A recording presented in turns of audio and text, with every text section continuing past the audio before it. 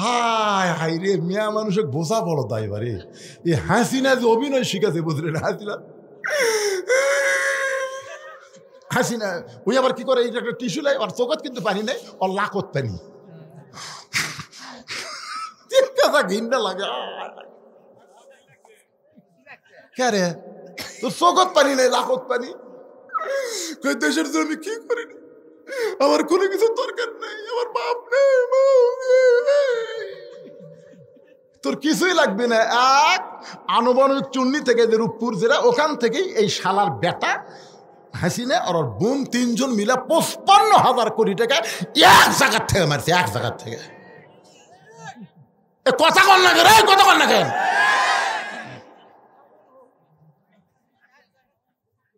মেয়ে মানুষের অভিনয় জানে না, জানে না, এদের ওখানে জানে কি জানে না। আমার মা বোনের যারা পর্দার অন্তরে, এই জহুরা মানে কি মা, এইটা আপনাদের শোনানোর জন্য, আমার বাপ জানকে বোঝানোর জন্য বলতেছি। কি ভাই উঠলেন কে ভাই রে? আচ্ছা ঠিক আছে, আমি তো জানি এই মরত ওটার মরত। কি আমি চিনি না আপনাকে এলাকাত কখন থেকে বাস করতেছি আপনারা জানেন?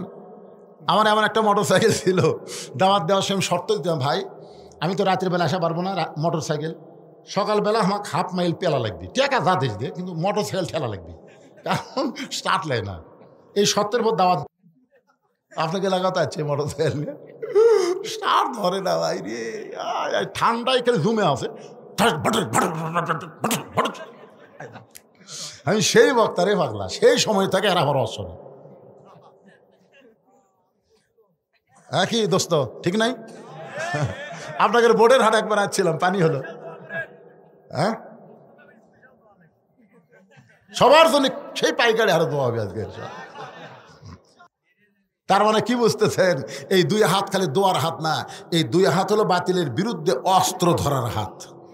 আজকে ভারত আমাকে হুমকি দেয় যে বাংলাদেশ দখল করতে 15 দিন লাগবে না, বাংলার মুসলমান যদি এখন ভারতের হুমকির কাছে নত যেন না হয়ে 3 হাতে একটা করে লাঠি আর একটা করে খুর যদি কোমরের মধ্যে রাখে, এই কোমরের টেরের মধ্যে খুর রাখবে, আর সবাই নিয়ত করবে মালওয়ানের বাচ্চারা দেশে ঢুকবি, আর লাঠির তলে ফালামো, গোড়া কাটবো না, খুর দিয়ে আগা কাটা পোলটা দেবো, খাতনায় সুন্নত হবি, কলমা ভরা মুসলমান হবি। জোরে খান কথা ঠিক কিনা? আপনারা কন তো এ ওয়াজ খালি এই জায়গাতে আছে, মিডিয়ার মাধ্যমে গোটা ভারত ছড়া পড়তেছে। জোরে কান কথা ঠিক কিনা? ভারত কবি যাবো না রে, বজুসির যে ওয়াজ করছে বাবা, সব বন্ধ হবে, সব বন্ধ হবে। ভাই আছে কিছুদিন পরে একটা টিভির একটা জোকার টিভি নেই, বাংলাদেশ নাই, বাংলাদেশ নেই। এ কয়েকদিন আগে গেছে ইউনুস পল আছে, ইউনুস পলানোর এই গুজব শুনে বাংলাদেশের 2 আওয়ামী লীগ, এক জামাতের বাড়ি একটা বিএনপির বাড়ি ভাঙবার গেছে, গুজব শুনে বাড়ি ভাঙবার গেছে, আমার পিটরও খাবে। ইউনুস পলানোর জাতকারে পাগলা, ইউনুস নবীরে খাইলো মাছেতে গিলিয়া, ফেরেশতা পাঠাইলেন আল্লাহ ইসমে আজম দিয়া, দমে দমে সে হরদম পড়ে সে ইসমে আজম, মাছেরই উদর হইতে বাঁচাইলা প্রাণ। একটা মাছ পর্যন্ত ইউনুস নবীরে গিলে খেতে পারে নাই। আমাদের ডক্টর ইউনুসকে ভারতের বাপেরও ক্ষমতা নাই গিলবার পারবি। তোরে কোন কথা ঠিক না? তোরকে গোটা ভারত মিলে যে মাথা, আল্লাহ ইউনুসকে একলাই সেই মাথা দিছে। আরে বোঝেন না কি মাল রে, বিপদে পড়লে আমরা কোন দোয়া পড়ি? এর মাদ্রাসার ছাত্র নাকি রে? আর কে আছে এখানে? আর কেউ আছে? মাদ্রাসার ছাত্রকে ওয়াজ শোনা লাগবে, তোর কে কত রে? তোরা নিজেরাই একটা ওয়াজ, এরা কিন্তু ওয়াজ, এরা নিজেরাই একটা ওয়াজ। আমার মাদ্রাসার 8 বছরের বাচ্চা, আমি রোদের মধ্যে চেয়ার নিয়ে বসে আছি, দেখেন এরা যে নিজেরা একটা করে ওয়াজ, চেয়ারের মধ্যে বসে আছি, ইতিমধ্যে এক বাচ্চা বের হলো। আমি বললাম কেন পড়া বাদ দিয়ে বের হলি কেন? আমারে কয়, আমি বললাম 3 কিরা? হচ্ছে হুজুর, 1 হচ্ছে পেশাব, 2 হচ্ছে পায়খানা, আর 3 হচ্ছে ফুস, অজু থাকে না।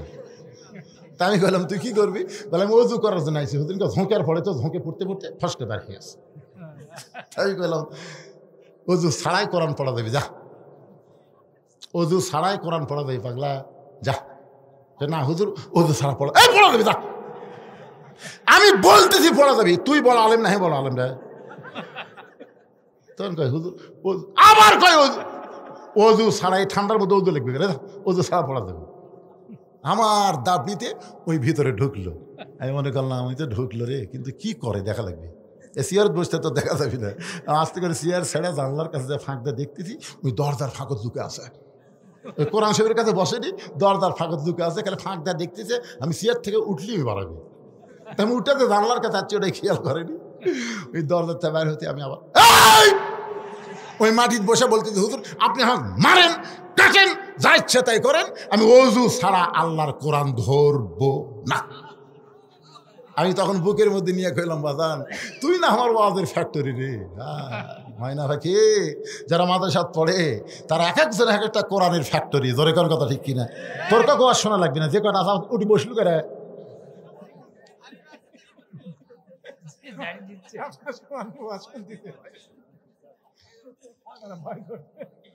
ভয় নাই বাবা, দাও সকালবেলা পড়া লাগবে না, সবক দেওয়া লাগবে না, রাত্রে ওয়াজ সুন্দর চুরি করে যাচ্ছে, হুজুর তাসবা দিবে লোক লোক করে আইছে। তাহলে বসলে সামনে এসে বসা লাগবে, সাইডে থাকলে হবে না। আর যদি যাও তোমাকে ছুটি দেওয়া আছে। কি বিরক্ত হচ্ছেন? কি হোক,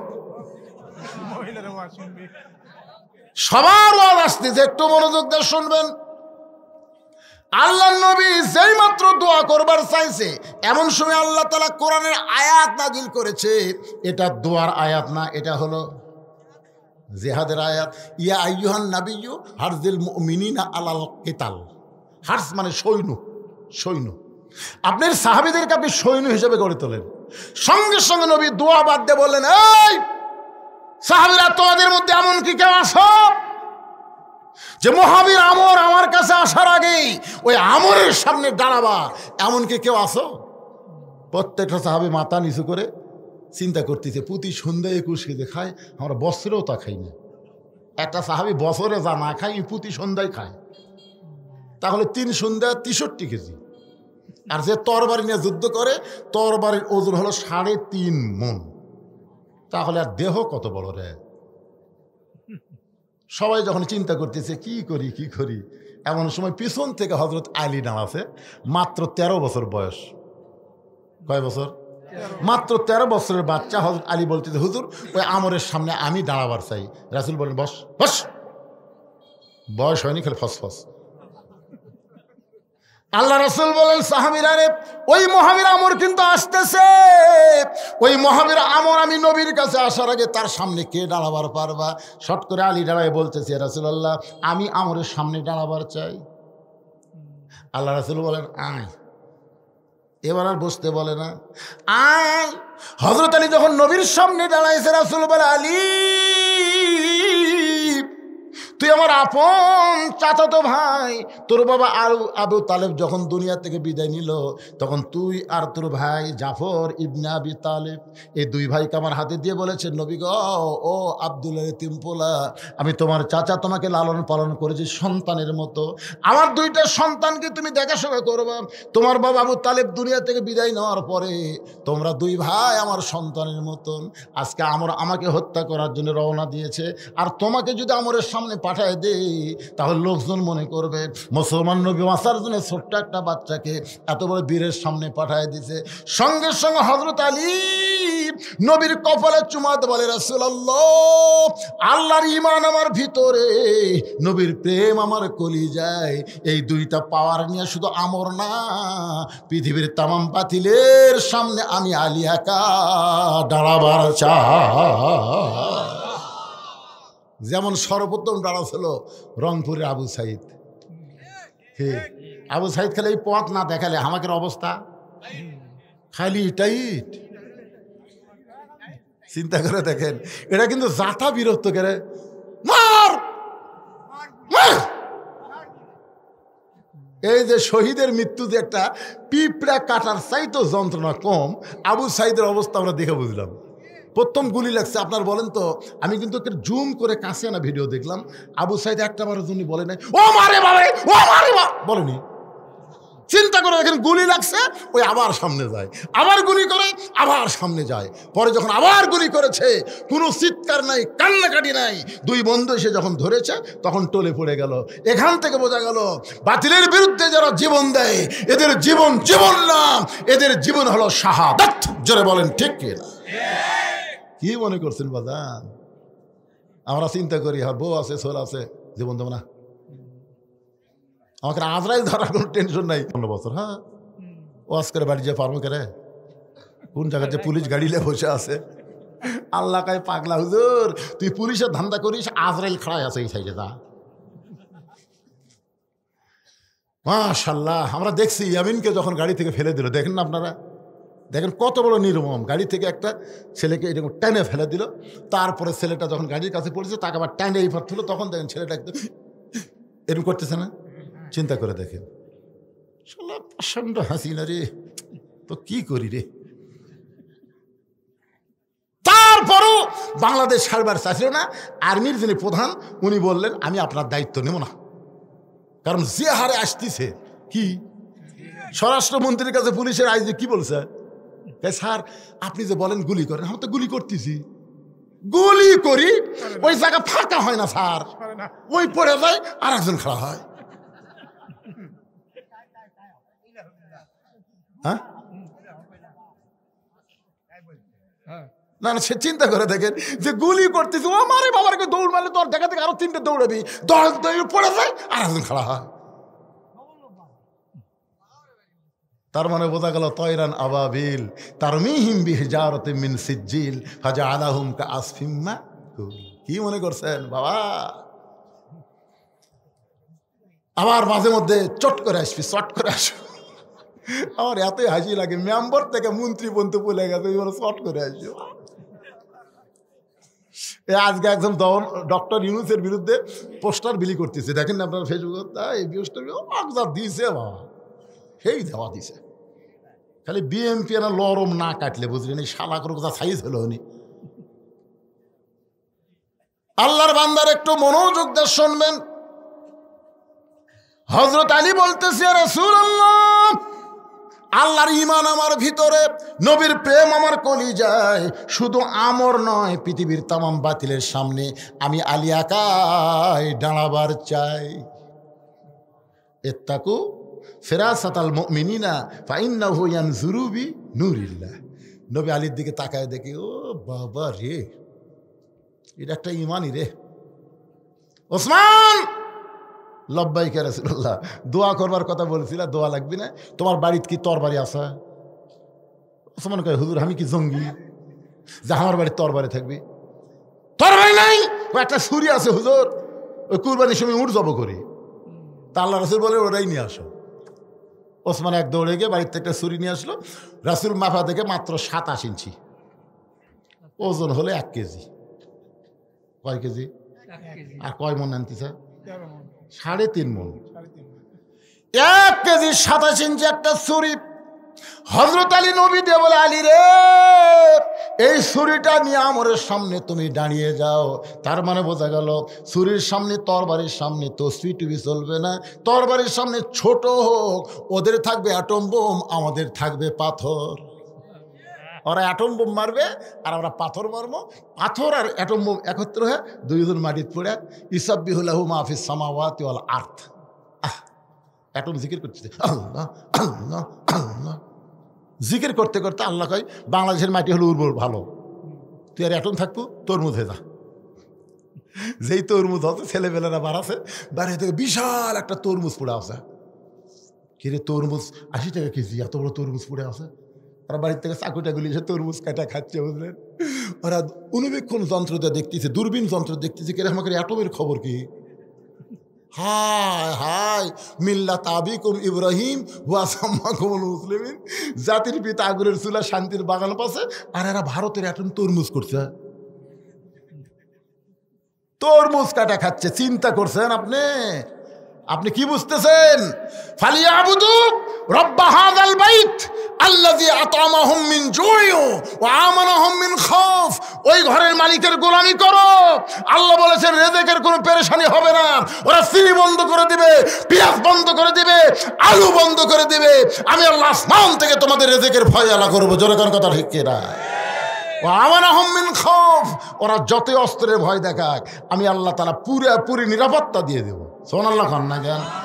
নিরাপত্তা দেওয়ার মালিককে, রিজিক দেওয়ার মালিককে। আমা মিন দাব্বাতিন ফিল আরদি ইল্লা আলাল্লাহি রিজকুহা। একটু মনোযোগ দিয়ে শুনবেন।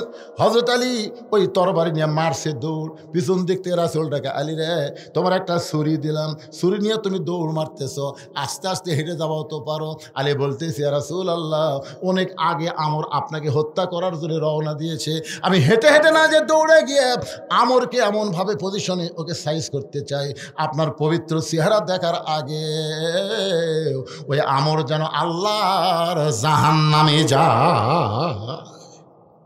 কেবারে সুবহানাল্লাহ কর না কেন? যে আপনার পবিত্র চেহারা দেখার আগেই আমরকে আমি জাহান্নামে পাঠাবার চাই। এক দৌড়ে আমর আসতেছে হাতির মতন, আর পিছনে হাজার দিয়ে কাফেররা মিছিল করতেছে, মুসলমানের নবীকে কেউ বাঁচাবার পারবে না, মুসলমানের নবীকে কেউ বাঁচাবার পারবে না। 13 বছরের বাচ্চা সামনে খাড়া আছে, আমরের সামনে খাড়া হয়ে আমর বলতেছে, কে রে পুচকা, তুই হাতত চাকুলে কি করবো রে? মানে চাকু, যেটা গরু জব করে হলো ছুরি, আর যেটা চামড়া ছেলের নাম কি চাকু। বুঝতেছে না 27 ইঞ্চি চাকুলে কি করবো রে? হয়তো আলী তখন কোরআন থেকে একটা আয়াত তেলাওয়াত করে ওই চাকুর মাথা ফু দিয়ে আমরের সামনে মাটিতে একটা দাগ দিস। দাগ দেয়া বলতেছে, এই কাফেরের পাটা, তুই কত বড় বাপের বেটা, নবী হত্যা করবো? তাহলে দাগটা ডেঙ্গায় এক ধাপ, এই দাগের পরে একটা ধাপ মার, একটা ধাপ। না হবি না? কি বুঝতেছেন? আল্লাহর কোরআনের পাওয়ার আছে না নাই? ওই শরীর সামনে আয়াতটা পড়ে ফুঁক দিয়ে মাটির উপরে একটা দাগ দিয়ে বলতেছে, রে কাফেরের পাটা, কত বড় বাপের বেটা, আল্লাহ নবী তো হত্যা করা দূরের কথা, এই দাগটা ডেঙ্গায় খালি এক ধাপ সামনে যা। এর নাম হলো হায়দারি হাঁক। ধরে কারণ কি হাঁক?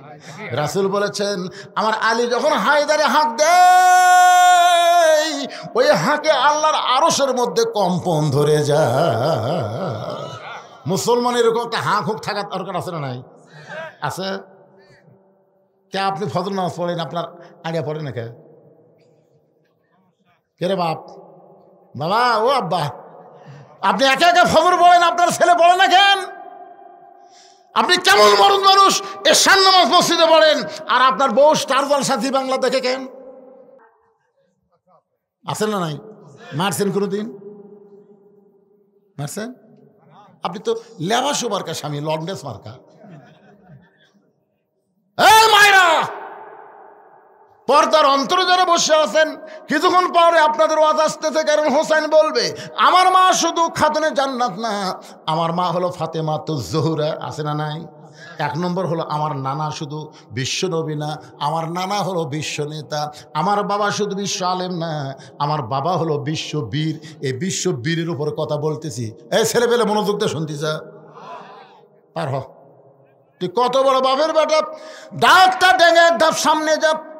সঙ্গে সঙ্গে হযরত আলীর এই হায়দারে হাঁক শোনে আমরের দেহ খালি থর থর করে কাঁপতেছে, এরকম কাঁপতেছে। সমস্ত কাফেরা বলে মারেন মারেন। একটা ছোট্ট বাচ্চা আপনার পথ আটকাই দিল, আর আপনি এত বড় তরবারি কান্দ থিয়া কি করেন? মারেন। ওই হাজার হাজার কাফেরের মিছিল আমর যখন আলীকে লক্ষ্য করে ওই তরবারিটা হাঁকাইছে, ইয়ানজুরু বিনুরিল্লাহ, হযরত আলী তাকায় দেখে ওই তরবারি না, আল্লাহ কাঠের তক্তা বানায়া দিছে। কাফেরের চোখে তরবারি, আলীর চোখে তক্তা। ভারতের চোখে অ্যাটম বোম, বাংলাদেশের মুসলমানের চোখে তরমুজ।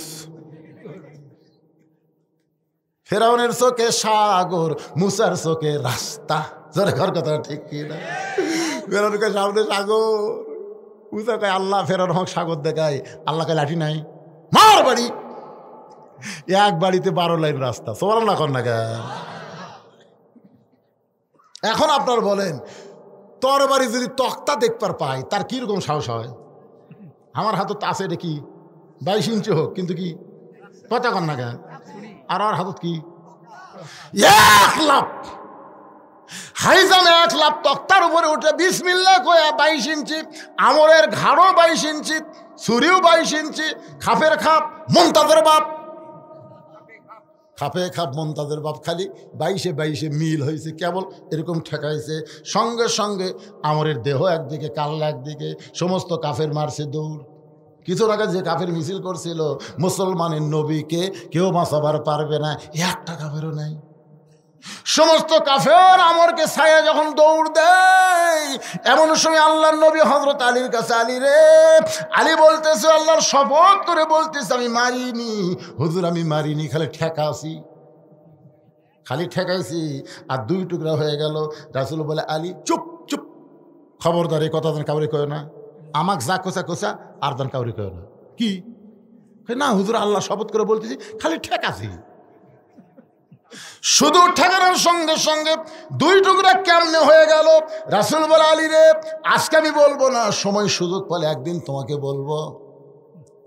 কামুজ দুর্গের দরজায় হ্যাঁচকা টান মারছে হযরত আলী, ওই দরজাটা হাটের ঢাল হয়ে গেছে। যে দরজা লাগাইতে 100 জন, খুলতে 100 জন, সেই দরজা বাম হাতের ঢাল। এইটা দেখে কাফের বেঈমান সব ময়দান ছেড়ে দৌড়। হযরত আলী রাগ হয়ে গেল। সমস্ত কাফের যখন দৌড় দেয়, বিনা যুদ্ধে মুসলমানের বিজয়, দরজা ফাইলা দিয়েছে, 80 গজ দড়ি গিয়ে পড়ছে। সাহাবেরা এসে নবীকে বলতেছে, ইয়া রাসূলুল্লাহ, আজকে আলীর কারণে মুসলমানের বিজয় হলো। রাসূলের মনটা খারাপ, রাসূলের মনটা খারাপ। কেউ যদি বলে ভারতের সহযোগিতায় 71 সালে আমরা স্বাধীনতা পেয়েছি, এটা মুসলমানদের মন খারাপ হওয়ার কথা। কারণ কোনো বিজয় মানুষের দ্বারা হয় না, বিজয় হয় আল্লাহর সাহায্যে। জোরে কোন কথা ঠিক কি না?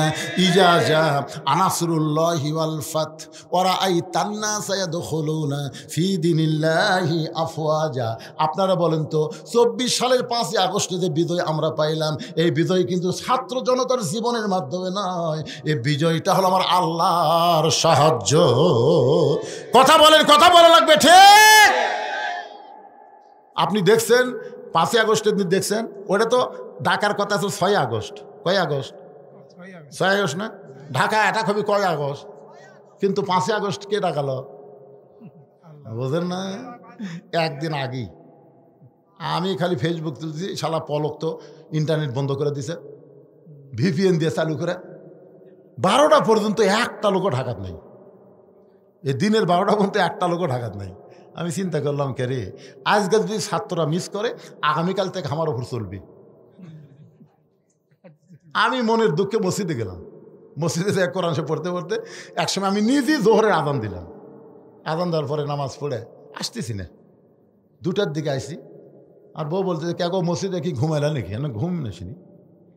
আসে দেখি ফেসবুক করে, ওরে বাবা রে, কিরে 12টার সময় একজনও নাই, আর 2টার সময় যে দিকে তাকাই খালি হায় হায়। এক সময় গুলি করতেছিল পুলিশেরা, সে পুলিশেরা ওরকে আশা থেকে ভয় পলালো, আর্মিরা গুলি করবার চায় ওরকে সাথে যোগ দিল। হায় হায় হায় হায়, কে রে? প্রধান সেনাপতি হাজিরার কাছে দৌড়ে গেল। আর আল্লাহ আল্লাহ, যে হারে আসতেছে এই বন্যা থামানোর কোনো মরদ নেই। যতই গুলি করি ওরা মরবে ঠিকই, কিন্তু ওরা থামবি না। সুবহানাল্লাহ কন না কেন? এই বিজয় মানুষের দ্বারা হয় নাই, এই বিজয় হয়েছে আল্লাহর রহমত। জোরে কোন কথা ঠিক কি না? বাজান একটু মনোযোগ দিয়ে শুনবেন। সাহাবারা বলতেছে, রাসূলুল্লাহ, আজকে আলীর কারণে আমাদের যুদ্ধে বিজয় হলো। নবী একটু মনটা খারাপ করলো। কার কারণে? আলীর কারণে। একটা মানুষের নাম শোনার পরে কিছুক্ষণ পরে হযরত আলী দাঁড়াইছে। রাসূল বলে, আলীর খবর কি? বলে, হুজুর এতক্ষণ কি আপনি শোনেননি? তুমি একটু মুখ দে বলো। হুজুর দরজা হ্যাঁচকার টান মারলাম, হাতের ঢাল হয়ে গেল। কাফের বেঈমান সব যখন পলায় গেছে, এই দরজা রাগ করে ফেলে দিলাম, 80 গজ দড়ি গিয়ে পড়ছে। রাসূল বলতে, আলী সত্যি কি তাই? বলে, বিশ্বাস যদি না হয় তাহলে চলেন। আল্লাহর নবী বললেন, চলো যাই। নবীর সামনে সামনে, আলী পিছনে পিছনে। ওই যে দরজা দেখা যাও রে আলী, আলী দৌড়ে গিয়া দরজা তুলবার চাই, নিজেই নড়ে কিন্তু দরজা নড়ে না।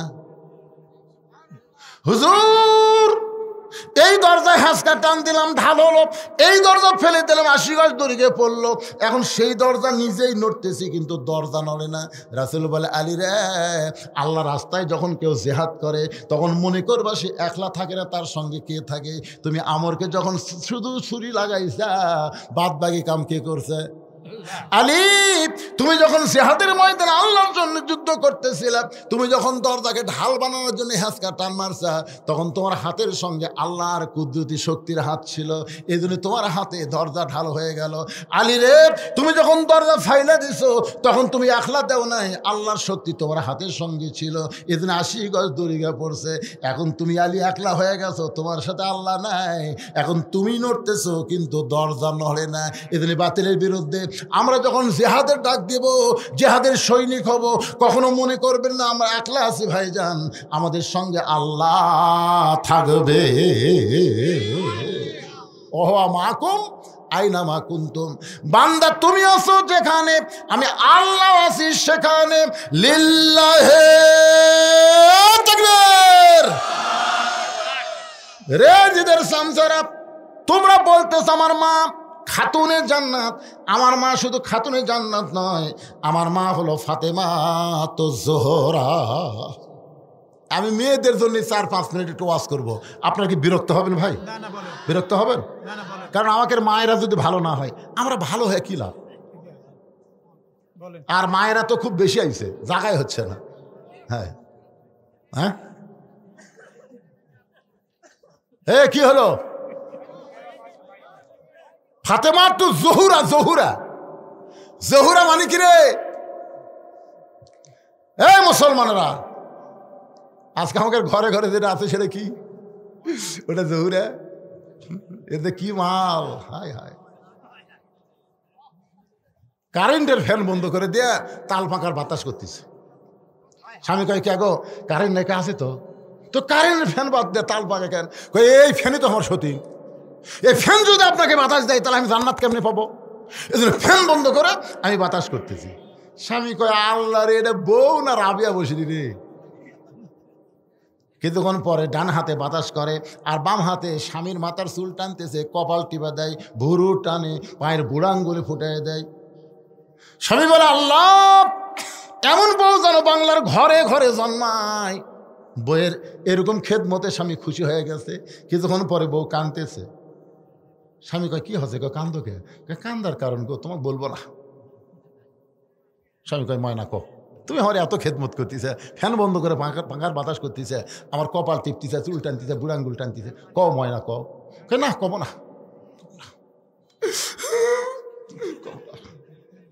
স্বামী কয়, কবি না কেন? ক ময়না ক, কবার তো চাই, কিন্তু আমার কথা কি শুনবেন? আচ্ছা কও, কি কবা কও? তোমার বুড়া বাপ আর বুড়ি মা আমার কলজাতে আগুন ধরে দিছে, আমার কলজার মধ্যে আগুন ধরে দিছে। তুমি যখন চাকরির যাও, ব্যবসার যাও, এই বুড়া বুড়ির ফ্যাসিলিটিতে আমি আর বাড়ি থাকবার পারতেছি না। তুমি যদি তোমার বাপ মায়ের সাথে থাকবার চাও, তা আল্লাহ হস্তে আমাকে বাপের বাড়ি পেটে দাও। আর যদি আমার সঙ্গে জান্নাতের সংসার করবার চাও, এই বুড়া বুড়ি বাদ দেওয়া লাগবি, অমা আড়াই না ইল্লাল বালাক। এখন তুমি কি কবা কো? আমার যা ওয়াজ আসলে তোমাকে শুনে দিলাম, এখন তোমার ওয়াজ। স্বামী চিন্তা করি, তো ভালো ওয়াজ করছে। এমন সময় আল্লাহর কোরআন, ওয়াকাযা রাব্বুকা আল্লা তা'বুদু ইল্লা ইয়াহু ওয়া বিল ওয়ালিদাইনি ইহসানা। আল্লাহু আকবার। কোরআন শরীফ সামনে এসে বলতেছে, এই আল্লাহর ইবাদতের পরে বাপ মার প্রতি হেসান কর, দয়া কর, ভক্তি কর। এই যদি বউ তোর মরে দেয়, তুই সকালে মরলে বিকেলে বউ পাবো, তুই বউ ছাড়ে দে, আর কোনো মেয়ের অভাব নেই, আর একটা মেয়ে তোর বউ হবি। কিন্তু যে বাপ মায়ের বিরুদ্ধে তোর বউ ওয়াজ করলো, এ বাপ মা যদি মরে যায়, তুই কুড়ি পাবো? তুই ক না, তুই বাপ মা কুড়ি পাবো? তোর বাপ মায়ের বিরুদ্ধে তো ওয়াজ করছিস তোর বউ, এ বউ মরে গেলেও বউ পাবো, ছাড়ে দিলেও বউ পাবো। তুই কোনটা ধরবো রে? যেটা মরে গেলে পাওয়া যাবি না সেটাই ধর, আর যেটা পাওয়া যাবে ছাড়ে দে। ওই তখন লাভ দেওয়া উঠছে, বউ কয় এত গরম, তোর ব্যাগ কি আমি গুছা দেবো না তুই গুছাছো? তোর কিসের ব্যাগ? তুই বলে বাপের বাড়ি যাবো। তে তোকে আমি বাপের বাড়ি পাঠাচ্ছি, গাড়ি ডাকবো না, একটা গাড়ি আছে আমার কাছে। বউকে কি গাড়ি গো? বলে 3 তালাকের গাড়ি। তো 3 তালাকের গাড়ি তুলে তোর বাপের বাড়িতে পাঠাবো। কি রে, তুই আমার বাপ মায়ের বিরুদ্ধে ওয়াজ করে পাকা খাবো? আমি সেই সন্তান না রে।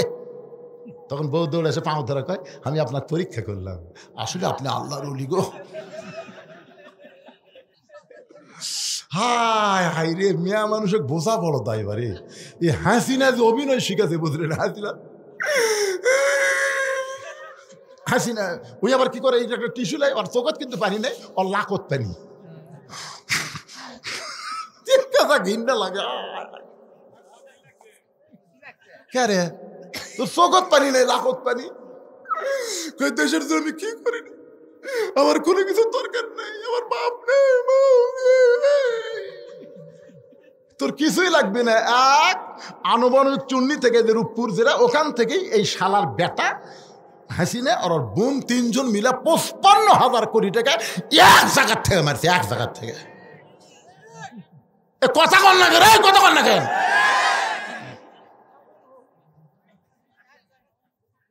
মেয়ে মানুষের অভিনয় জানে না, জানে না, এদের ওখানে জানে কি জানে না। আমার মা বোনের যারা পর্দার অন্তরে, এই জহুরা মানে কি মা, এইটা আপনাদের শোনানোর জন্য, আমার বাপ জানকে বোঝানোর জন্য বলতেছি। কি ভাই উঠলেন কে ভাই রে? আচ্ছা ঠিক আছে, আমি তো জানি এই মরত ওটার মরত। কি আমি চিনি না? আপনাকে এলাকাত কখন থেকে বাস করতেছি আপনারা জানেন? আমার এমন একটা মোটর সাইকেল ছিল, দাওয়াত দেওয়ার সময় শর্ত দিতাম, ভাই আমি তো রাতের বেলা আসা পারবো না, মোটর সাইকেল সকালবেলা আমাকে 1/2 মাইল পেলা লাগবে, টাকা যা দেশ দিয়ে, কিন্তু মোটর সাইকেল ঠেলা লাগবে, কারণ স্টার্ট লাই না। এই শর্তের পর দাওয়াত। আপনাকে এলাকাতে আছে মোটর সাইকেল নিয়ে স্টার্ট ধরে না ভাই রে, ঠান্ডায় খেলে জুমে আছে। আমি সেই বক্তারে পাগলা, সেই সময় থেকে আর আমার অসনে। কি দোস্ত ঠিক নাই? আপনাকে বোর্ডের হাট একবার আসছিলাম, পানি হলো। হ্যাঁ, সবার জন্য সেই পাইকারি হারে দেওয়া হবে আজকে। জহুরা মানেটাকে একটু মনোযোগ দিয়ে শোনেন। গভীর রাত্রে ফাতেমা স্বামীকে বুকের মধ্যে নিয়ে ছোট বাচ্চার মতন কাঁদতেছে। আলী বলে, ফাতেমা এই গভীর রাত্রে আমাকে বুকের মধ্যে নিয়ে কান্দার কারণ কি? ফাতেমা বলে, স্বামী গো, আল্লাহ তাআলা আমার দোয়া কবুল করছে। আলী মুস্কি মুস্কি হাসে, পাগলি নাকি? আল্লাহ তোমার দোয়া কবুল করেছে, শুকরিয়া তান আলহামদুলিল্লাহ বলে আল্লাহর কাছে খুশি হও। ফাতেমা বলে, স্বামী কি দোয়া আল্লাহ কবুল করছে আপনি কি শুনবেন না? আলী বলে, না বললে কেমনে শুনবো? ফাতেমা বলে, স্বামী গো, আমি দোয়া করেছি আল্লাহ তাআলা পর্দার ভিতরে আমার মৃত্যু দিবে। আলী কয়, কি পাগলি রে, সারা জীবন যে পর্দা মানিছে সে তো পর্দার মধ্যে মৃত্যুবরণ করবে। মা খাদিজা বলেছে, আমার পেট থেকে যখন ফাতেমা জন্ম নিল, আমি তখন তাকায় দেখি ফাতেমা তার ইজ্জতের উপরে 2টা হাত দেয়া দুনিয়াতে ভূমিষ্ঠ হলো। জোরে কর সুবহানাল্লাহ। আমি মা হইয়াও আমার মেয়ের ইজ্জত আমি কোনোদিনও দেখতে পারিনি। কি মনে করছেন ভাই? আহা, জহুরা মানিক, ও মায়েরা একটু মনোযোগ দিয়ে শুনবেন। আলী বলে, ফাতেমা সারা জীবন পর্দার মধ্যে থাকলা, পর্দার মধ্যেই মৃত্যু হবে, আল্লাহ তোমার দোয়া কবুল করেছে, তাহলে কান্দার কারণ কি? ফাতেমা বলে, স্বামী গো, কান্দার কারণ হলো এই মৃত্যু কবে হবে আপনি কি শুনবেন না? আলী বলে, ফাতেমা মৃত্যুর খবর দুনিয়ার কেউ বলতে পারে না। ফাতেমা বলে, স্বামী গো, আল্লাহ পাক যদি আমাকে জানায় তাহলে কি জানতে পারবো না? আল্লাহ আমাকে জানাইছে আজকে গভীর রাত্রে ফাতেমার মৃত্যু হবে। গাছের গোড়া কাটলে গাছটা যেমন পড়ে যায়, হযরত আলী তেমনি পড়ে গেলেন ঘরের মাজায়। ফাতেমা মুস্কি মুস্কি হেসে স্বামীর মাথাখানা উরাতের উপরে নিয়ে কপালে একটা চুমা দিয়ে বলে, স্বামী গো, এমন করে আপনি কাঁদবেন না, এই দুনিয়া থাকার জায়গা না, আসলেই যাইতে হবে, আসলেই যাইতে হবে। যারা আমরা এখানে বসে আছি ভাই, আমরা যে যাবো এ ব্যাপারে কোনো সন্দেহ আছে? যখন কোনো সন্দেহ আছে? আসলেই যাইতে হবে আমার স্বামী। আমি গভীর রাত্রে বিদায় নিব, এই বিদায়ের আগে 3টা জিনিস আপনার কাছে চাইবো, আপনি কি আমার দিবেন না? আলী কান্দের বলে, ফাতেমা রে, দুনিয়ার জীবনে গরিব ছিলাম বলে তুমি কিছুই চাইলে না, তুমি কিছুই চাও। রাসূল বলেছে, ফাতেমা তুমি যেন আমার আলীরে কষ্ট দিও না। ফাতেমা মাঝে মধ্যে বলতেন, বাবা আপনি আমার আলী কেন কন? রাসূল বলে, ফাতেমা তুই জানিস না মা, দুনিয়ার বহু ধনী যুবক তোকে বিয়ে করবার চাইছিল, আমি তাদের সঙ্গে তোকে বিয়ে দেবার চাইছিলাম, তাদের মধ্যে একজনকে বাছাই করে আমি বিয়ে দেবার চাইলাম, কিন্তু আমি দিবার চাইলে কি হবে রে ফাতেমা, আল্লাহ নিজে ঘটকালি করে এই আলী গরিবের সামনে তোর বিয়ে দিল। আমি সেদিন থেকে বুঝলাম আল্লাহ যাকে পছন্দ করছে সে তুইয়া মুইয়া মানুষ না, আল্লাহর পছন্দনীয়। তোর এখন সুবহানাল্লাহ। আলী কান্দের বলে, ফাতেমা দুনিয়ার জীবনে গরিব ছিলাম বলে তুমি কিছুই চাইলা না। একদিন গভীর রাত্রে হযরত আলী ঘুম থেকে চেতন পায়া দেখে হাসান হোসেন দুই ভাই ঘুম পাড়তেছে, কিন্তু ফাতেমা ঘরের মধ্যে নেই। আলীর মনের মধ্যে চিন্তা হলো, আমার সন্তান দুইটা ঘুম পাড়ে, আমিও ঘুম পাড়ে, আমাদের ঘুমের মধ্যে রাইকা ফাতেমা কোথায় গেল? দরজায় গিয়ে তাকায় দেখে মরুভূমির মধ্যে কালো চাদর মাথায় দিয়ে খুব জোরে জোরে ফাতেমা হাঁটতেছে। আলীর সন্দেহ হয়ে গেল, আমাদেরকে ঘুমের মধ্যে রাইকা আমার বউ ফাতেমা যাবে কোন জায়গায়?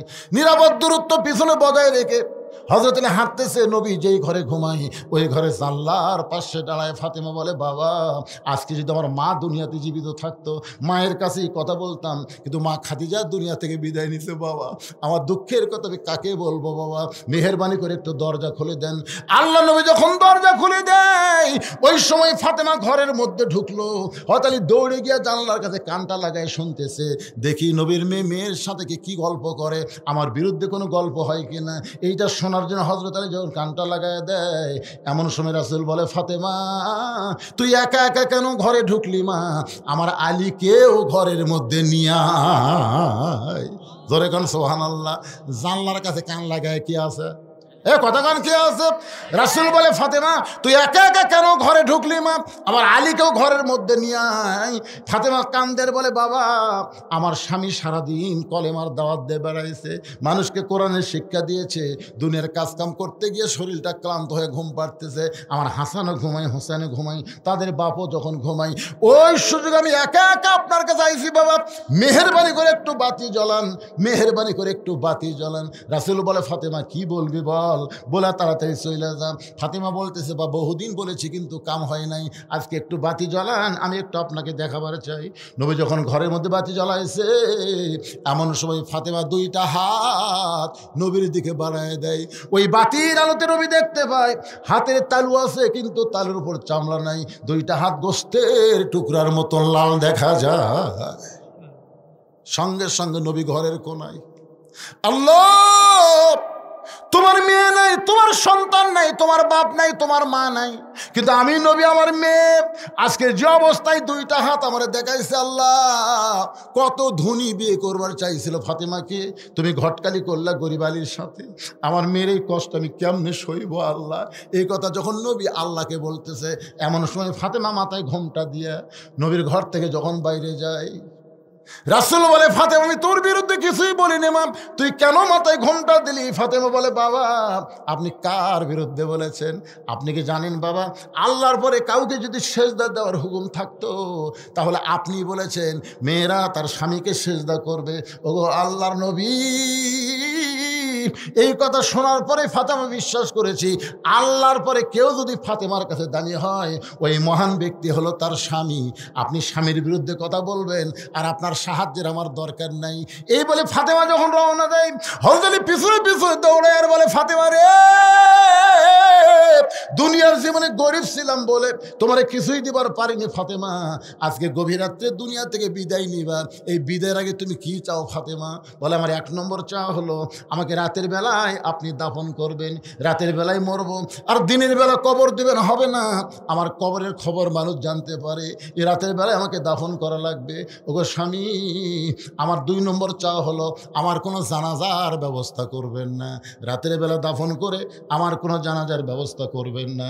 তিন নম্বর চাহিদা হলো আমার লাশটা কিন্তু খাটনিতে তুলবেন না, কারণ ফাতেমার খাটনি কান্দে নিবে চারজন পুরুষ, এই দুনিয়াতে ফাতেমা খুঁজে পাইল না। যদি আজকে আমার বাবা দুনিয়াতে জীবিত থাকতো, মরা মেয়ের লাশের খাটনি বাবা কান্দে নিবার পারত, কিন্তু আমার বাবা 6 মাস আগে দুনিয়া থেকে বিদায় নিয়েছে। আমার হাসান হোসেন এত ছোট, মায়ের খাটনি কান্দে নিবার পারবে না। আপনি যদি পারেন আমার লাশটা কান্দে করে নিয়ে ওই জান্নাতুল বাকির পূর্ব কোনায় সবুজ রঙের একটা বাতি জ্বলবে, ওই বাতি বরাবর ফাতেমাকে আপনি দাফন করে দেবেন। ওগো স্বামী, আমার কবর খুঁড়তে যদি আপনার কষ্ট হয়, আপনার একান্ত বন্ধু যদি কেউ থাকে দুনিয়ায়, তারে বলবেন সে যেন ফাতেমার কবর খনন করে দেয়। হযরত আবু যর গিফারের কাছে গেল, ওই কবর খুঁড়তে খুঁড়তে আবু যর গিফারের কবর থেকে একটা শব্দ পায়। আবু যর গিফারের কবর ছেড়ে যখন পালায় গেছে, এমন সময় হযরত আলী ফাতেমার লাশটা কাঁধে করে নিয়ে ওই জান্নাতুল বাগীর পূর্ব কোণায় গিয়ে দেখে সবুজ রঙের একটা বাতি জ্বলতেছে, যেই বাতির কোনো তার নাই, যেই বাতির কোনো সুইচ নাই, বিনা তার বিনা সুইচ আমার আল্লাহ তাআলা অটোমেটিক জ্বলায়া দিছে। ওই আলোতে কবরে দাফন করে হযরত আলী বলতেছে, আল্লাহ, এখনই বাড়িতে গেলে আমার চাইতে বড় বিপদে কেউ পড়বে না, কারণ হাসান হোসেন ঘুমের মধ্যে আছে, আর ঘুমের মধ্যে তার মা দুনিয়া থেকে বিদায় নিল, আর আমি দাফন করে এখন যদি বাড়িতে যাই, আর হাসান হোসেন দুই ভাই যদি আমাকে ধরে বলে, বাবা, ও বাবা, 6 মাস আগে নানা ফাঁকি দিয়ে চলে গেছে বাবা, মাত্র 6 মাস আগে নানা ফাঁকি দিয়ে চলে গেছে বাবা, আমাদের মা কোথায় গেল?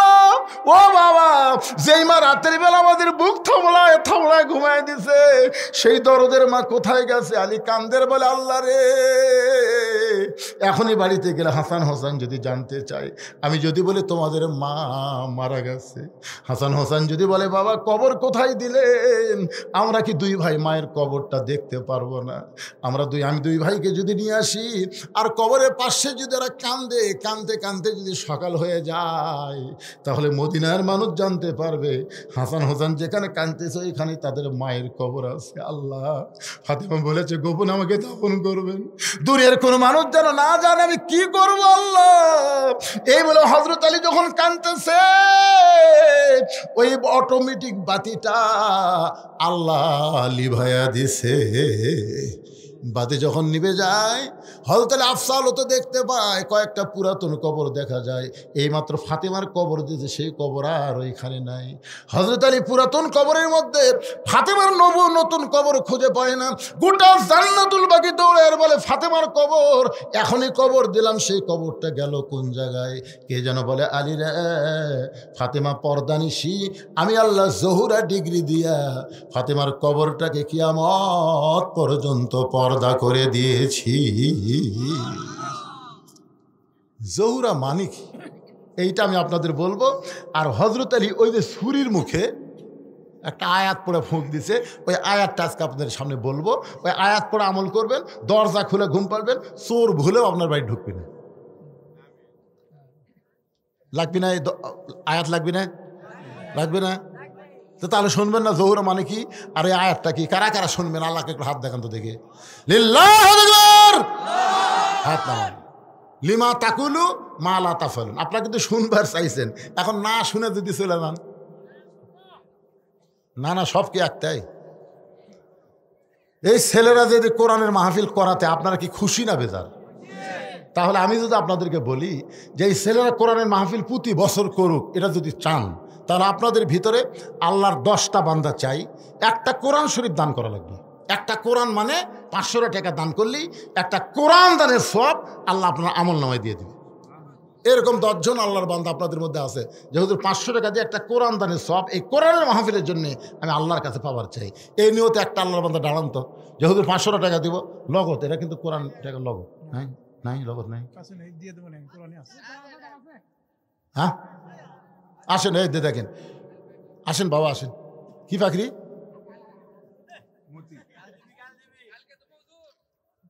না কাল গেল লগত।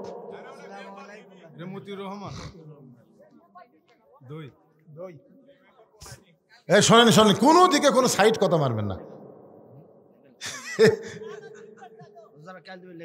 আপনি কোন তো আওয়ামী লীগ করার পরেও চেয়ারম্যানে আছে, মেম্বরে আছে, পলায়নি। তারা কি?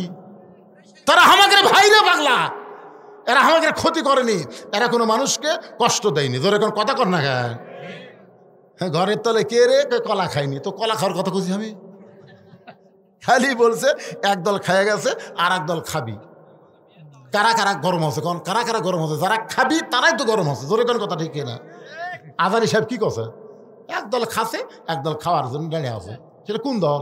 নাম কছে কথা কয় না, নাম কছে ঘরের মধ্যে কে রে, আমি কলা খাইনি। কলার কথাই ওঠেনি পাগলা। লিল্লাহি তাকবীর। আমি একটা কোরআন শরীফের দাম চাই, আর আমার এই ভাইজান 2টা কোরআন শরীফ বাবদ আল্লাহ 1000 টাকা দান করে গেল।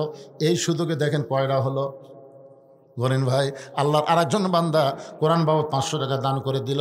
আল্লাহ দানকে কবুল করেন। ছেলেরা খুবই আমাকে বলছে, রায়হানুল ইসলাম কোথায়? কুটি আছে রায়হান, কুটি? এ বাবা আসো তো, ময়না পাখি। আমরা খুব লসে আছি। কিন্তু কিসের লস? এরা কোরআনের মাহফিল করে যে লস খায়, তাহলে গান বাজনা করবি রে? আপনাদের পকেটে টাকা আছে, একটা কোরআন শরীফ দান সবচাইতে বড় দান। একটা কোরআন বাবু 500 টাকা দিয়ে পারবেন না? যার টাকা আছে, আল্লাহ যেন 1 বছর ডাক্তারের কাছে না লিয়া যায়। পারে কি পারে না? জোরে কোন? সবচাইতে বড় দান একটা কোরআন। কোরআনের মাহফিলের জন্য একটা 500 টাকা দিবেন, একটা কোরআন দানের সব পাবেন। কেরে পিছন থেকে একজনও চেতে না, কেরে টাকা নাই, বাকি চালে তো বহু দিবেন, পরে আদায় করতে কষ্ট হবে। পাওয়া যাবে? এই লেখলে পাওয়া যাবে রায়হান? এই যে এটা একটা, তার মধ্যে লেখেন, এটা লেখেন। ওই যে ধরেন ধরেন ধরেন। আল্লাহর আরেকজন বান্দা কোরআন শরীফ বাবদ 500 টাকা ধরে বলেন মারহাবা। এই দে মাশাআল্লাহ, আস্তে। হ্যাঁ লেখা লিখছে লিল্লাহি তাকবীর। কে বলে নাই?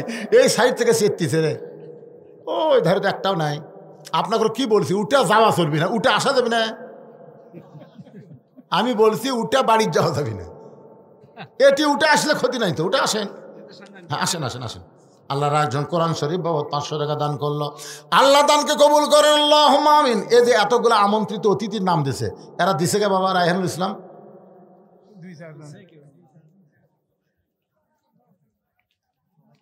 সবাই দেয়নি, 2-4 জন দিছে আলহামদুলিল্লাহ। যারা দেয়নি তারা দিবেন। ছেলেরা বড় আশা করে আপনাকে নাম দেয় বিজ্ঞাপনে।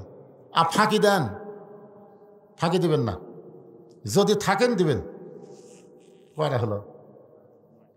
মাশাআল্লাহ, একটা আসতেছে নাকি দেখেন তো।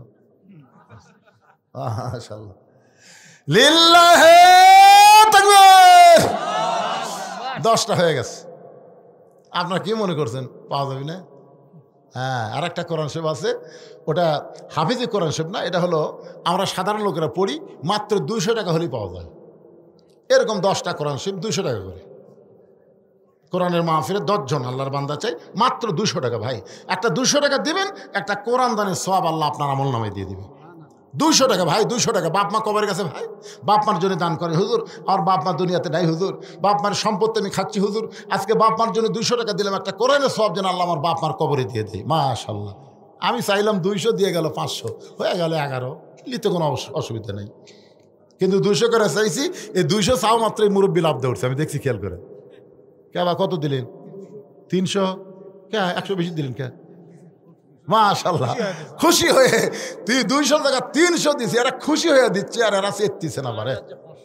মাশাআল্লাহ। আর একটা কোরআন শরীফ বাবদ 500 টাকা চলে আসছে। 200 করে এই জায়গায় রাখবো। 200 চাইছি 10টা, পায়ে গেলাম 2টা। আর একটা চলে আসছে 200 টাকার, আল্লাহ 3টা হয়ে গেল, আর মাত্র 60টা। আল্লাহ 60টা জাহান্নাম হারাম করে দিও। আল্লাহ 7 জন আল্লাহর বান্দাকে পাঠাইয়া দাও। কত টাকা কত হলে মায়েদের কাছে গেলে পাওয়া যেত, মায়েদের কাছে যাবি কে? এরা খুবই দেয়, আছে লোক আছে। এ মায়েরা, 200 টাকা দিলে একটা কোরআন শরীফ দানের সওয়াব পাওয়া যায়। মা দিয়ে দেন। এরা গান বাজনা না করে কোরআনের মাহফিল করতেছে, খুশি হয়ে দান করবেন। দানকারী গো পিতা মাতা সুখে রাখো কবরে, নূরের টুপি পরাইয়া উঠাবেন হাসরে। লিল্লাহি তাকবীর। চাইছিলাম 200, দিয়ে গেল 1000। তার মানে বোঝা গেল একাই 5টা দিল, এই 3টার সাথে 5টা যোগ হয়ে গেল কয়টা? 8টা। আর পেলাম একটা, হয়ে গেল 9টা। আর লাগবে একটা, 200 শেষ না। ওইলা থন্ত 500 থন্ত কি একটা, কার মধ্যে কি ঢুকে এত হয়ে গেছে আবার কি? আল্লাহর 20 জন বান্দাকে খালি 100 করে টাকা দেবেন। যে হুজুর 100 করে টাকা কোরআনের জন্য আমরা 100 করে টাকা দান করলাম। ভাইজান পকেটে টাকা আছে দেন, বিশ্বাস করেন অনুনাজ্জিলু মিনাল কোরআনি মা হুয়া শিফাউ ওয়া রাহমাতুল লিল মুমিনিন, মুমিনদের যাবতীয় রোগের ঔষধ হিসেবে আল্লাহর কোরআন নাজিল করেছে। জোরে কান সুবহানাল্লাহ। দেন কোরআনের মাহফিল 100 করে টাকা দেন, 100 করে টাকা। এদের ছোট বাচ্চা দৌড়ে আসতেছে, ওইটাই হাজত পাবি। কি বিপদ রে, কার হাতে কি দিল রে, তাড়াতাড়ি ছেড়ে নাকি রে, এই সব সাল রে। মাশাআল্লাহ 20 জনের মধ্যে একবারে পাওয়া গেল 2 জন। দেন দেন দেন, এটি হতো আল্লাহ। আব্দুল্লাহ দিয়ে গেল 100, হয়ে গেল 200, 2 জন হয়ে গেছে। আর একজন আল্লাহর বান্দা দিল, আল্লাহ একাই 500 কে পারে। ইকা খুব চেতিছে রে, লিল্লাহ 20 জনের মধ্যে একজনই 500 দিয়ে 7 জন হয়ে গেল। আর মাত্র 13 জন লাগবে, ওই টাকা জন রিথন না। আপনি কি বুঝতেছেন? সবাই দেন। কার বেটা? মেম্বরের বেটা। 100 টাকা দিয়ে গেল, হয়ে গেল 8টা, হয়ে গেছে 8টা। আর একজন আল্লাহর বান্দা 100 করে 10টা, আর একজন 200, আল্লাহ আর একজন 200 দিয়ে হয়ে গেল, হয়ে গেছে শেষ। আর একজন 200, মাশাআল্লাহ। সুবহানাল্লাহ। খালি মরদের মধ্যে কামাই হলো রে, মেয়েদের মধ্যে কি হলো রে? 200 100 করে দান করলো, যারাই দান করলো, এখনো যারা করবে আর গণনার মধ্যে না। আল্লাহ যারাই যে নিয়ত করে দান করবে, আল্লাহ সকলের দানগুলোকে আল্লাহ আপনি জান্নাতের বিনিময়ে কবুল করেন। জোরে বলে আমিন। এ দুনিয়া রবে না কো চিরকাল, একদিন ভাঙবে রে বাজার। কোরআনের মধ্যে একটা আয়াত আছে, যে আয়াতকে বলা হয় আয়াতুল কুরসি। আপনার বলেন তো কুরসি মানে কি? কুরসি মানে কি? চেয়ার। 100 জন মানুষের মধ্যে একজনকে যখন আপনারা চেয়ার দেবেন, সবাই জানে চেয়ারে বসা মানুষটা সম্মানিত মানুষ। কোরআনের যত আয়াত আছে তার মধ্যে আয়াতুল কুরসি হলো সবচাইতে আল্লাহর কাছে সম্মানিত আয়াত। এই আয়াতুল কুরসি পড়ে হযরত আলী ওই ছুরির আগায় ফোঁক দিলেন। আয়াতুল কুরসি পড়ে আপনি বুকে ফোঁক দিবেন, কোনো ভয় ভীতি আল্লাহ আপনার কলিজার মধ্যে রাখবে না। আয়াতুল কুরসি পড়ে এক মুষ্টি বাড়ির মধ্যে ফোঁক দিয়া ওই বালুটা বাড়ির চারিধার ছিটাই দিবেন, চোর ডাকাত আপনার বাড়িতে আসবে না। আয়াতুল কুরসিকে বিশ্বাস করতে হবে, কারণ বিশ্বাসে মিলাই বস্তু তর্কে বহুদূর। বিশ্বাস করা লাগবে ভাইজান। আল্লাহর আরও কিছু বান্দা দান করেছে, আল্লাহ সকলের দানকে আল্লাহ আপনি কবুল করেন। জোরে বলে আল্লাহুম্মা আমিন। জহুরা শব্দের অর্থ হলো মুনি মুক্তা। মুনি মুক্তা কিন্তু উপরে পাওয়া যায় না, পাইতে গেলে কিন্তু ডুবতে হবে। ডুবতে ডুবতে ডুবারু হয়ে এমন একটা জায়গায় পৌঁছে যাবেন, যে জায়গায় গেলে মুনি মুক্তা পাওয়া যাবে। সাথে মাত্র জোহরা এমন পর্দানিশী ছিলেন, এমন পর্দানিশী ছিলেন বাজান গো, তাকে আল্লাহ জহুরার সঙ্গে তুলনা করেছে।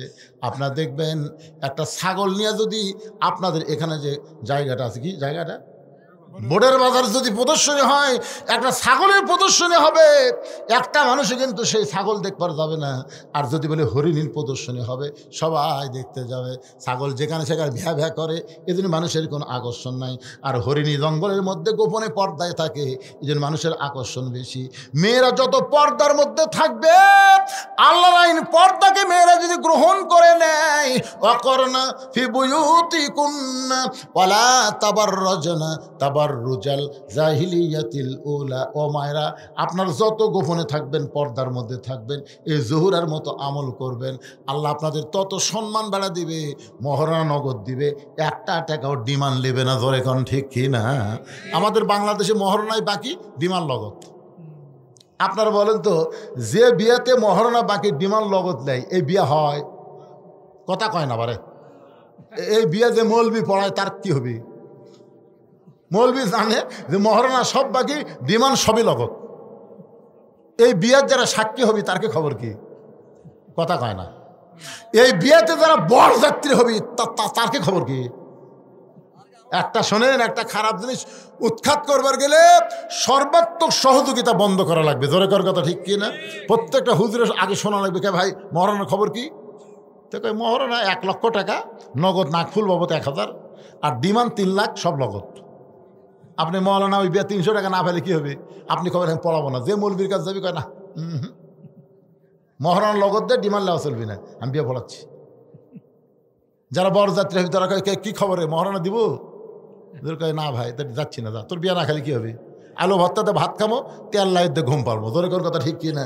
তোর সাথে বিয়েতে যে গোস্ত খায়া আমার 3 দিন খালি পায়খানা যাওয়া লাগবে, বারান লাগবে, ঢোকান লাগবে, বারান লাগবে, কি আজকাল বিয়ে শাদীর খাওয়া ভালো? চিন্তা করে দেখেন, এই যে আপনাকে শিবগঞ্জের আলু ঘাটি খাচ্ছেন আপনারা, আমি তো জানি লিরালা গোস্তর বিয়ের শাদীর মধ্যে আমাকে আলু ঘাটি স্বাদ। একেবারে খাননি আপনারা? খাননি? বগুড়ার আলু ঘাটি ঢাকার বিক্রি হচ্ছে রে পাগলারা, আমরা সেই মরদ। এখন দই আর নাই, এখন আলু ঘাটি।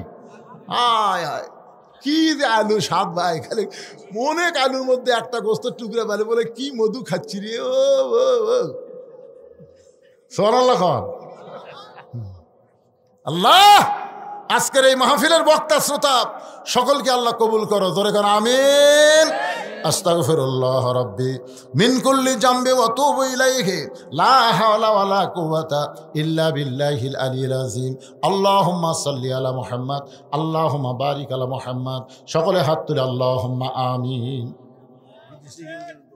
আল্লাহুম্মা আনতাস সালাম ওয়া মিনকাস সালাম, তাবারাকতা ইয়া যাল জালালি ওয়াল ইকরাম। আল্লাহ তাআলা কঠিন শীতের ভিতরে ল্যাপ্তশোককে বাদ দিয়া তোমার পাগল বান্দারা খেরের মধ্যে বসে, ঠান্ডার মধ্যে বসে আল্লাহ ঘন্টার পর ঘন্টা আলোচনা শুনে রাত 12টার সময় রহমতের দরজায় ফকির হয়ে দোকানে হাত তুলেছি। আল্লাহ মেহেরবানি করে আজকের মাহফিল আমাদের সকলের হিদায়াতের জন্যে, নাজাতের জন্যে, জান্নাতের জন্যে কবুল করো। এই মাহফিলের শুরু থেকে শেষ পর্যন্ত যত আলোচনা হয়েছে আল্লাহ, এর মধ্যে যদি ত্রুটি হয়, ভুল হয়, মাফ করে দাও। এর যা হাদিয়া মঞ্জুর করো। সোনার মদিনায় নবী পাকের রওজা মুবারকে আল্লাহ কবুল করে নাও। তামাম আম্বিয়ায়ে কেরাম, আসহাবে কেরাম, তাবিনী কেরাম, তাবিনী কেরাম, তামাম পৃথিবীর মাটির নিচে যত মুমিন মুমিনাত শুয়ে আছে আল্লাহ, সকলের আরওয়াহ ফরে হাদিয়া কবুল করো। আল্লাহ গো, আমরা যারা হাত তুলেছি, আমাদের জনম দুঃখনী মা যাদের খবরে গেছে আল্লাহ মেহেরবানি করে মায়ের কবরকে জান্নাতের টুকরা বানিয়ে দাও। বাবার বাড়িঘর সবই আছে, দরদের বাবা যাদের কবরের ঘরে চলে গেছে আল্লাহ মেহেরবানি করে বাবার কবরকে জান্নাতের টুকরা বানিয়ে দাও। আমাদের দাদা দাদি, নানা নানি, আত্মীয় স্বজন, শ্বশুর শাশুড়ি যাদের কবরে গেছে আল্লাহ কবরবাসীদের মাফ করে দাও। আল্লাহ এই ভান্ডার পায়কা উত্তরপাড়ার যুব সমাজকে 5 ওয়াক্ত নামাজ হিসেবে কবুল করে নাও। আয় আল্লাহ তাআলা, খাস করে আমার রায়হানুল ইসলাম অত্যন্ত মহব্বতের একটা ছেলে আল্লাহ, নানা নির্যাতনের ভিতরে থেকেও আল্লাহ তোমার কোরআনের সৈনিক ছিল। রায়হানুল ইসলামকে আল্লাহ তুমি কবুল করো, তার পরিবারের প্রতি রহমত বরকত নাজিল করো। আমার রুহুল আমিন ভাই আজকের মাহফিলের সম্মানিত সভাপতি আমার হাফেজ সাহেবকে আল্লাহ তুমি কবুল করে নাও।